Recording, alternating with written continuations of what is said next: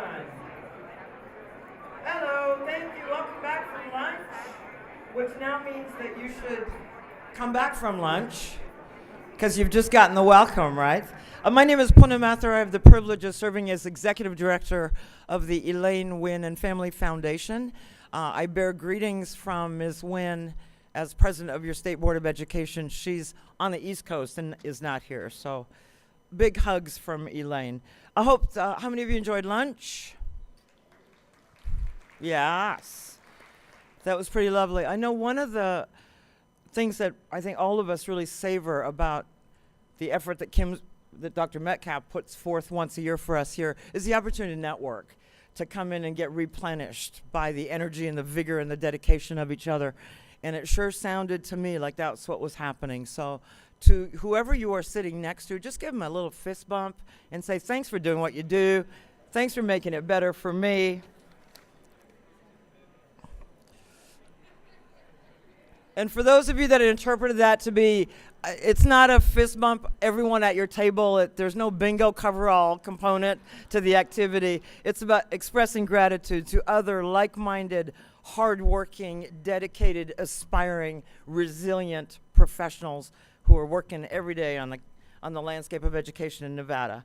So it is my privilege to introduce to you the keynote speaker.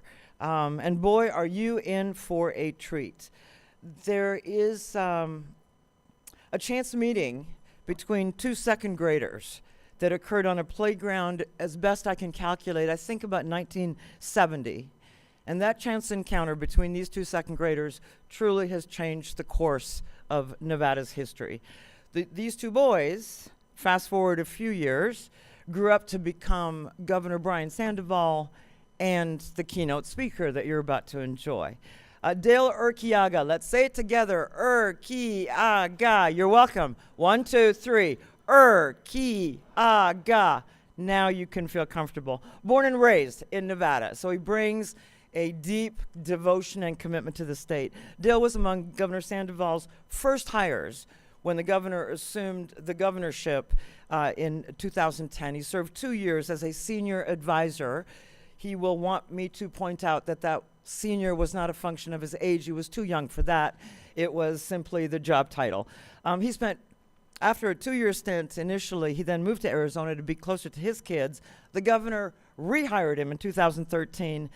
The governor describes Dale today, publicly and privately, as the engineer and the architect behind the sweeping reforms that were our state's desire to modernize and contemporize Nevada's K-12 system. He built it all, conceived it all, developed the policies for it all, presented for approval to the governor that vision, and then in 2015 worked 18 to 20 hours a day in the legislative building to make sure that all of those were enacted along with the tax increases to pay for them. In 2015, the governor promoted him yet again and made him his chief strategy officer, which simply meant still be in charge of K-12, but do a bunch of other stuff at the same time. After doing that for a year, Dale left to assume the position that he holds today, which is as CEO of Communities in Schools nationally. It is the nation's largest and most successful dropout prevention organization in the nation. It exists to provide wraparound services, integrated student support services for children in poverty all over the country. There are in this nation 2 children who call him Dad. In Nevada, there were 475,000 children who called him Mr. Superintendent. And today, there are 1.5 million children in America who are currently served by CIS in 25 states in the District of Columbia in over 2,000 school sites. That 1.5 million kids call him their superhero. Please welcome CEO of CIS and Nevada's native son, Dale Erquiaga.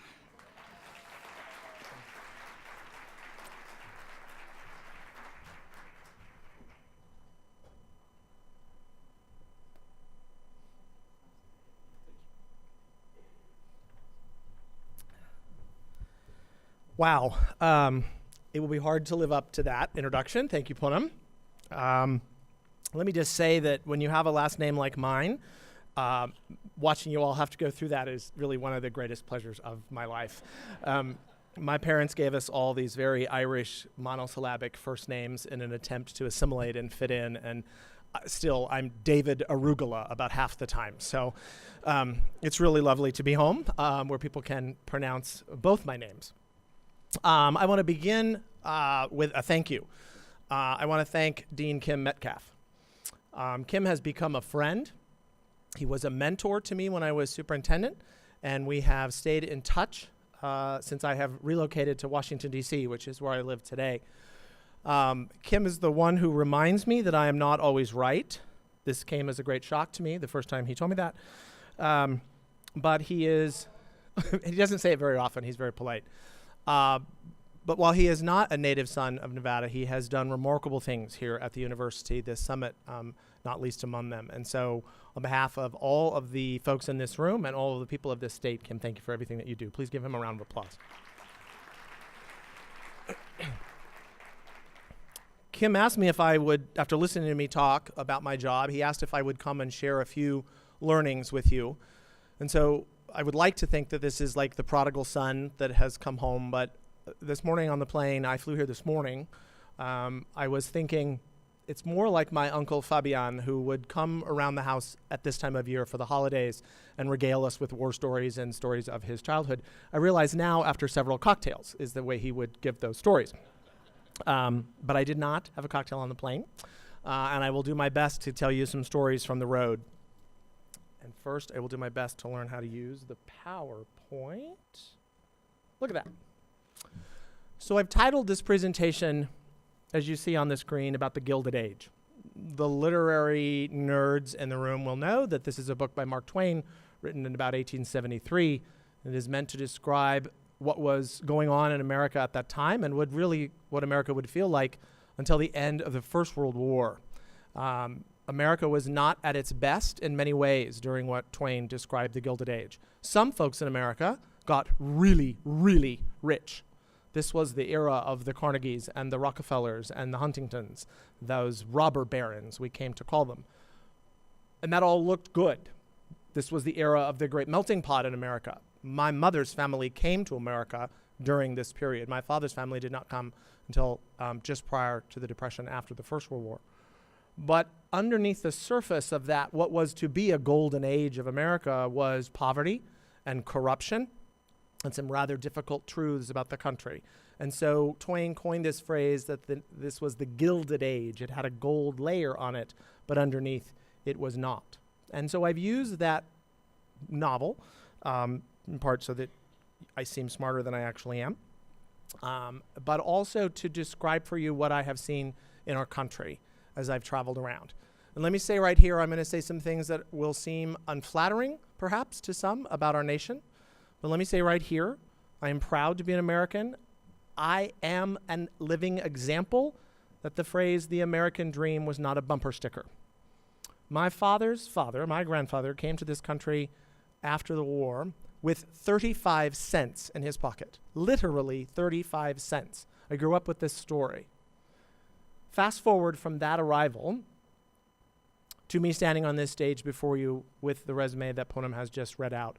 I have been blessed by everything that this state and this country has going for it, and I don't discount that at all. But when I worked for the governor, and when I was your superintendent, and when I worked for Terry Janison, when she was president of the board here, I actually said this to her once. I began to realize that kids who had names like mine, or didn't look like me, or came from circumstances like my family's circumstances, weren't going to grow up to be governor and superintendent. That the system worked against them in many ways, and that their own socioeconomic status, their own zip code, their own demographics worked against them in a way that it simply had not worked against Governor Sandoval and I when we were children.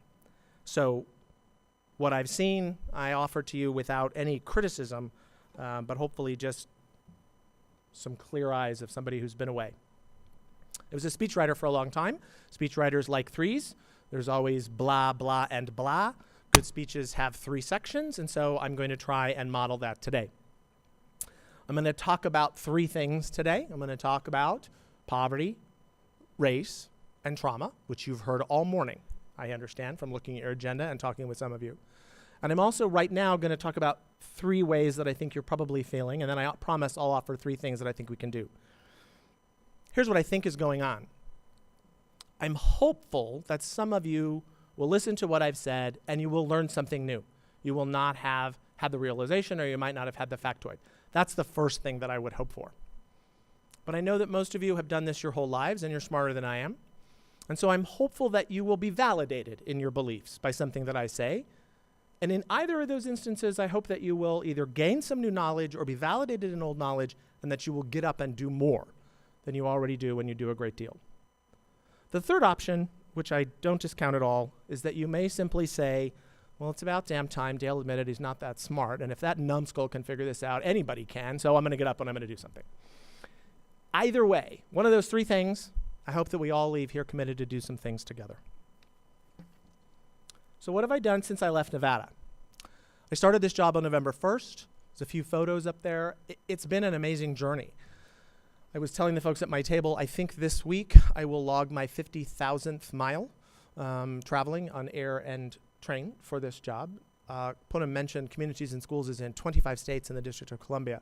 I have visited all of them except, I think, Alaska and Nebraska.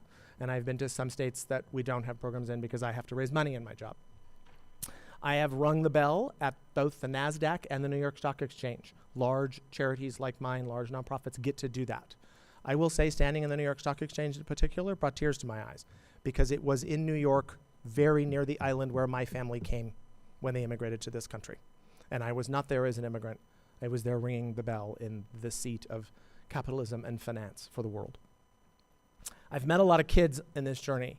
There's a little boy in the bottom corner there. He's eating lunch, and I'm kneeled down next to him. He lives in Texas. When I told him, I think it was in January, that I lived in D.C., he said, "Oh, President Trump lives in D.C." And I said, "Yes, he does." And he said, "I hear if you speak Espanol, he'll send you back to Mexico." That little boy is 8. That's trauma, folks. Not making a political statement about the president, making a statement about the little boy. I frankly didn't know what to say. As it turned out, that little boy was born in this country, but clearly his siblings were what we would call DACA youth, and he had an expectation that they might not be with him. That's what his principal told me. The good side of that story, the boy in the far side, his name's James Rivera. James is also from Texas. He just did his internship on Capitol Hill, working for Congressman Castro from Texas. I am sure that James someday will be congressman from Texas. He was one of our kids. He's what we call an alum at CIS. And on his very first day, he posted that picture on his Twitter account talking about going to Capitol Hill with confidence in his step and a cup of Starbucks in his hand. For me, that sums up a lot of what we do. He came from poverty and was able to have Starbucks, whatever, a $4 cup of coffee or whatever that is. And he had confidence in his step, something that I think almost all the kids who go through our program receive. So this is the Communities in Schools model. I will not belabor it. It is after lunch. You have eaten fajitas. You are no doubt sleepy. This is how Communities in Schools works. It's a wraparound services model. We call it integrated student supports. It is a multi-tiered system of support. There's a needs assessment, a community analysis, and then we provide tiered supports to kids. Whole school for every kid in the school, tier 2 for small groups, kids who have a like problem. It might be bullying, it might be teen pregnancy, it might be anger management. And then we case manage 10% of the children. As Poonam said, today I have 1.5 million and 2 children. That's how many kids are in the CIS family, spread across about half our country. We are in 2,300 schools in 400 school districts. That's the good news. We are serving almost exclusively Title I schools, 2,300 of them. Care to guess how many Title I schools there are in America? 60,000. I am the largest provider of integrated student supports in America, and I barely scratch the surface. The entire field of integrated student supports with an evidence-based model like mine is 1/3 the size of the organization that I have the honor of running today. This is not new work, but it is growing work. It's just not growing fast enough. And this, as I said, is who we serve. You can see in the circle there, about 55% of our kids live in cities. About 25% 84% live in rural America, and about 20% of our kids are suburban. But almost exclusively, 93.4%, they qualify for free and reduced price lunch. And so, I'm going to talk a little bit about poverty as I've seen it. Keep in mind, I grew up poor. You heard I grew up in Fallon. My family were farmers. They were immigrants. My mother and father did not speak English when they started school. I didn't know we were poor. They did everything they could to shield us from that. But the kind of poverty that I see in this job is not that kind of poverty. It's the kind of poverty that Lyndon Johnson declared war on in 1964, just about the time that I was born. The war on poverty meets with mixed reviews. Some people will say it was a failure. Some people will say it would have succeeded if it had simply had more money. But here's the thing about the war on poverty that I want you to understand today. That program, that host of programs rather, that initiative of the American people was based on an industrial economy. We don't live in one anymore. Its core purpose was to connect people quickly with a job. Jobs look different today. You've had some of that conversation, I think, this morning about post-secondary success. And when the war on poverty began, 7% of births in this country were to a single family parent. Today, it's 41% of children born in this country are born to a single mom, the vast majority of whom are young, under 30. The minimum wage has lost more than 30% of its buying power since the war on poverty began. So whatever we were doing isn't working for all kids. This chart shows you that concentrated poverty, that is poverty folks living on top of each other, is deepening across the United States. No matter how you read those bars, it's not good news. It's worse in urban America, but it's getting worse in rural and suburban America as well. Wealth inequality is growing. This is a fancy chart. I don't have my glasses on. I can't see it. You probably can't see it. Here's what it says. See that big swath of light blue? That's 10% of the people in the country, which hold 3/4 of the wealth. The little teeny blue line across the bottom is held by families in the bottom half. That little teeny line is 50% of the population, and they hold 1% of America's wealth. So no matter how you cut it, wealth inequality is not getting any better. And as you've heard today, I believe children in poverty face what I always call adult-size issues. The challenges that I see when I visit schools, that you see when you are in schools here, that I saw when I was superintendent here, that I saw when I worked for the Clark County School District, are things children should not face. They may be about having the power turned off at home. They may be about being moved. They may be about incarceration. Increasingly in America, as I travel, it's about opioids. I was in West Virginia about a month ago with the state board and the First Lady. The only thing they wanted to talk to me about was opioids and the crisis that it causes for their children, and would our model of multi-tiered system of supports work? The good answer is yes. The bad answer is that is all they talk about in West Virginia is the opioids crisis. Nothing else is on their mind. Those are issues that face children in poverty, which cause, as you've heard of and you all know very well, an opportunity gap. So, what does that look like? 55%, or the majority of poor people, now live in high poverty or extremely poor areas. 6 times the number of students in low-income families they're more than 6 times as likely to attend a high poverty school. I saw this when I was superintendent, and Governor Sandoval asked us to address that work. And let me say right here, Poonam is overly kind, the governor is overly kind. Dr. Steve Canavero, your current superintendent, Dina Dorish, who is here, the members of the state board who are here, all participated in the design of those programs that were designed to infuse money into the system in targeted ways to help kids. And it was because of these statistics that we kept seeing here in what the governor always calls the Nevada family. Let me tell you what about the Michigan family. In one day in Michigan, I visited a school of ours in Detroit and a school of ours in a town called Mansalona. Detroit was an entirely African-American school. I was one of 3 Caucasians in the school that day. The entire student population and the majority of the faculty are African-American. I went to Mansalona. The entire town and the entire school was Caucasian. I was the most ethnic thing in Mansalona, and my family has lived here for 100 years. Different appearance, same state, same issue. Kids are kids. Poverty presents in different ways. In Detroit, the stories I heard were about burned out houses. In Mansalona, a little boy sat on my lap when I was reading to him, and he showed me his shoes. He was so proud. They are the kind of shoes that light up. He had no soles in his shoes. He was still proud because he had shoes. And so this segregation, as you see in Michigan, divides by race. Despite progress in this country, we remain an incredibly segregated people by county and by school. What these maps show is that 80% of Latino students and 74% of black students attend majority non-white schools. Only in New Mexico and Hawaii is there a mix. In the rest of the country, the average white student attends a school that is majority white, while black students attend school with black students, and Latino children attend schools with Latino children. Part of Texas fares okay in that as well. So no matter what we've done, segregation is with us. And these two issues, as you've heard today, race and poverty, intersect to amplify barriers for children in color. That, for me, is the key learning in this job. It was what I glimpsed as superintendent, but I will tell you, having now traveled as much as I have in the country and understanding that kids are still kids, this is the critical confluence of events. It is poverty and structural racism brought together.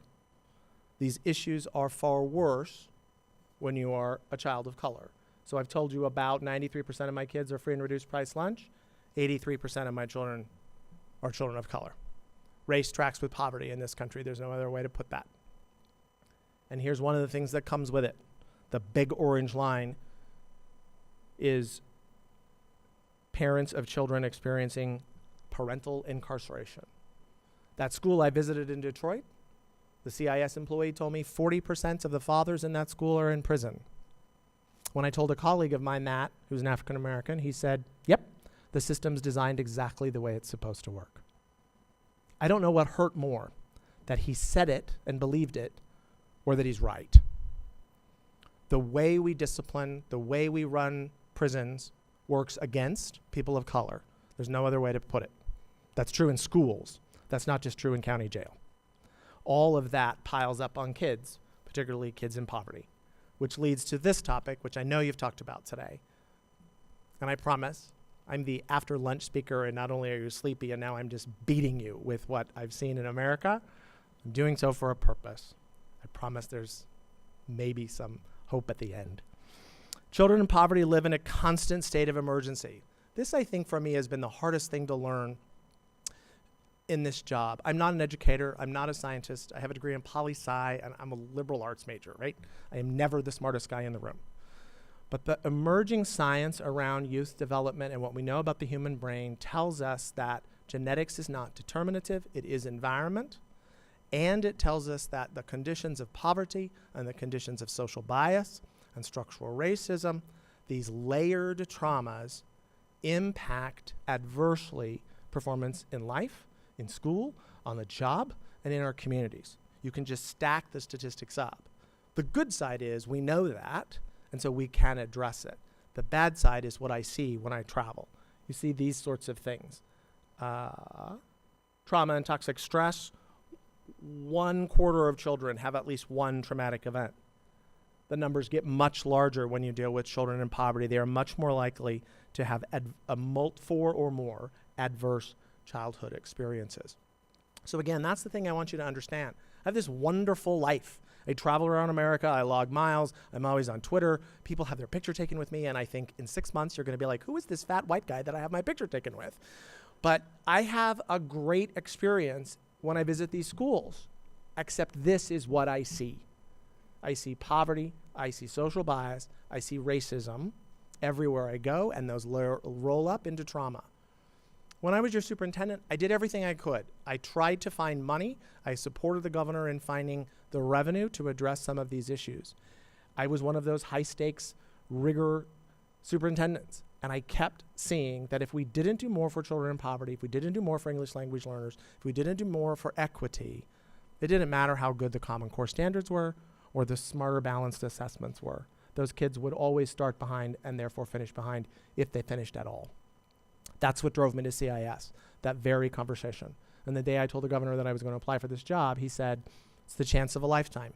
Everything you represent that you grew out of, you could work on there. And so he gave me his blessing to leave early while he stayed with Steve Canavero and Dina and all of you and toiled on that work. So this is how I feel. And I'm sure this is how you feel. Oh my God, this guy likes his job. He's been in this for 13 months. Other than that, how's the play? So let me tell you. Again, I'm not the smartest guy in the room. I can quote Mark Twain. I can also quote Superman. This is a quote from the new Justice League film, and I just love it. Hope is like your car key. It's easy to lose, but if you look close enough, it's usually close by. That's how I feel in my job because of the people that I work with. We have a saying at Communities in Schools to be all in for kids. Our founder, Bill Milliken, said this.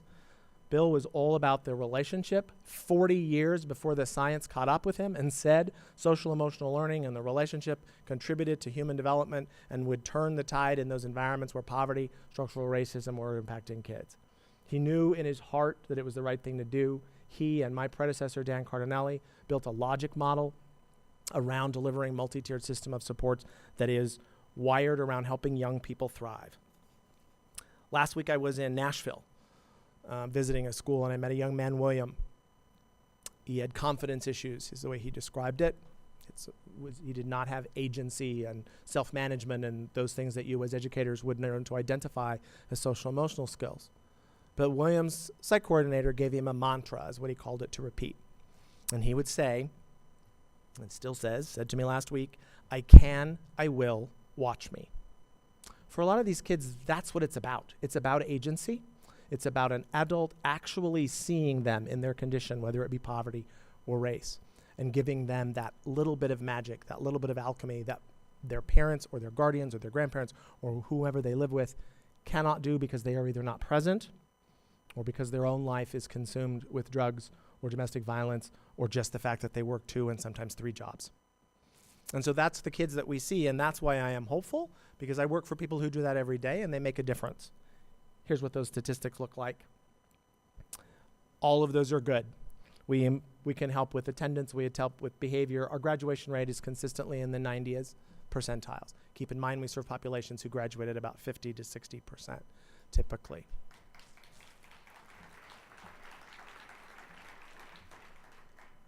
As I said, I have a program that serves 1.5 million kids. I'm very proud of that. But there are lots more kids. 14.5 million children in this country live below the poverty line. If you use free and reduced price lunch, half the children in public school today, more than half, qualify at that level of poverty. But work is being done. Not only is Dean Metcalf doing it here in UNLV, you are all doing it in Nevada. Your governor has been helpful in that work, as has your legislature. I see a couple legislators here today. Hello, Senator. I'm leaving shortly as I fly through Nevada. I'm on my way to San Francisco to a convening brought together by the Chan Zuckerberg Initiative, the Facebook people.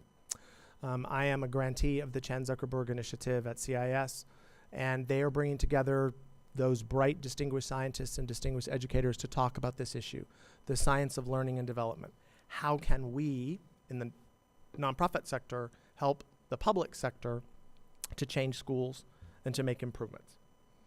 And so I promised 3 things that were positive after my 3 things that felt like bludgeoning you after lunch.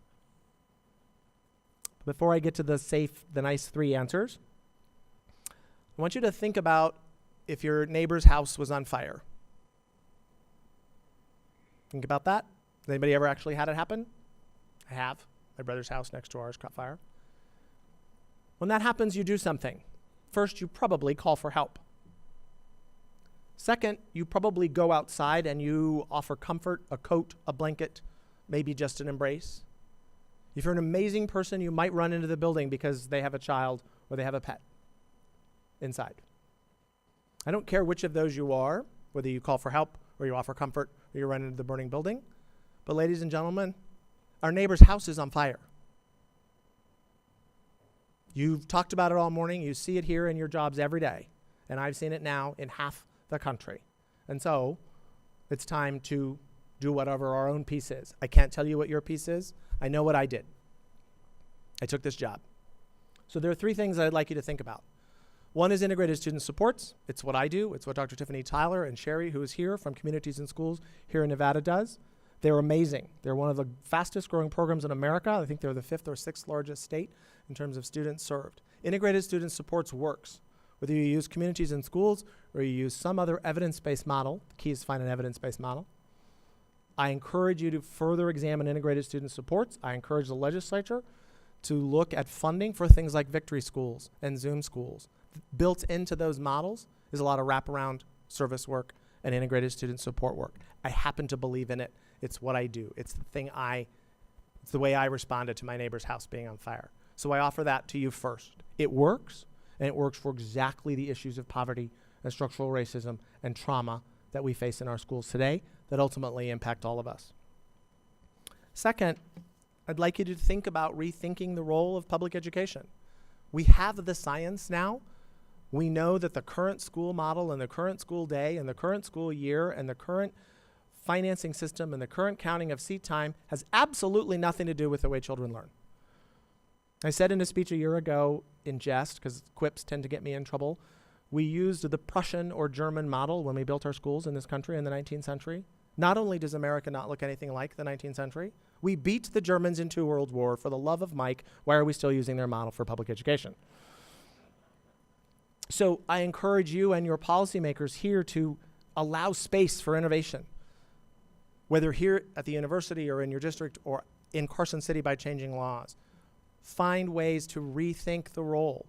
Originally, it was about making everybody seem like an American. Then it was about making everybody fit into cities as the Industrial Revolution came. Then it was about defeating the communists. Often now it's about getting them all a job. I would submit that in the 21st century, the work for the entire American family looks a lot more like integrated student supports and community schooling and the kind of support that I had that got me the resume that I have. That's what I would invite you to think about. It's what I think about when I go to these conferences. I'm still a policy guy. I'm still not a scientist. But as I hold this body of data around these kids, I think we can participate in this conversation that's, I think, one of the most critical conversations in America. And then lastly, you have opportunities right here in Nevada. You have, they tell me since I left, a new chancellor at the university system. Make hay with that. He's a good guy. I've known him for years. You're about to get a new superintendent here in the 5th largest school district in America. Take the search seriously. Ask the right questions. Don't ask questions about how he will relate or she will relate to the union or to the adults or to the board. Ask about poverty and race and trauma-informed care. You will next year elect a new governor. My best friend is term limited. You can't have him anymore. He gets his life back. While that is good for my friend, I submit that that is bad for Nevada. But that's the way the Constitution works. You get a new governor. Make it worthwhile, folks. Ask the hard questions. Resist the temptation to undo everything that this one did, that this governor did over the course of his tenure, because some of it's getting hard. Resist the temptations to take away the accountability but keep the taxes, or to take away the taxes but keep the accountability. It was a package deal, folks. It was a grand bargain. It all came together for better or worse. Some of us worked very hard to hold that coalition together, and I think it would be disastrous, I don't have another word, if that was undone or piecemealed away because of a bad election next year in Nevada. So you have the opportunity to do the work, whether it's the way I do in integrated student supports, or the way that Dean Metcalf does in rethinking public education, or in the way that Pat Skorkowski or Brian Sandoval have done and their successors will need to do. And of course, this is how you're going to do it. This is Andrew Carnegie, one of those robber barons. The interesting thing about Mr. Carnegie is he gave away 90% of his wealth before he died. The current billionaire pledge is not new. Many of the robber barons did this. But here's what Andrew Carnegie said about teamwork. I can't do this by myself. You can't do this by yourself. So let me say right here, thank you. Most of you have dedicated your life to this work. I'm a newcomer. 20 years ago, I showed up here in Las Vegas working for the Howard Hughes Corporation, and I volunteered for the Clark County School District on a communications committee advising the then Board of Trustees. That sort of spun out of control so that I ended up a consultant to the district, an employee of the district, an advisor to the governor and your superintendent, and now I sit on top the largest dropout prevention program in America. But it started with you all. I see people here like Georgianne Rice, who I knew then. You have dedicated your life to this work. I'm the new guy. And so while I'm preachy and I pound on the podium about what I see in America, I also wish to say thank you. Thank you for all that you've done. And now I will ask you to do even more. Because the kids here in Las Vegas, and the kids in Fallon, and the kids in Reno, and the kids in Wendover need it. They all need your help.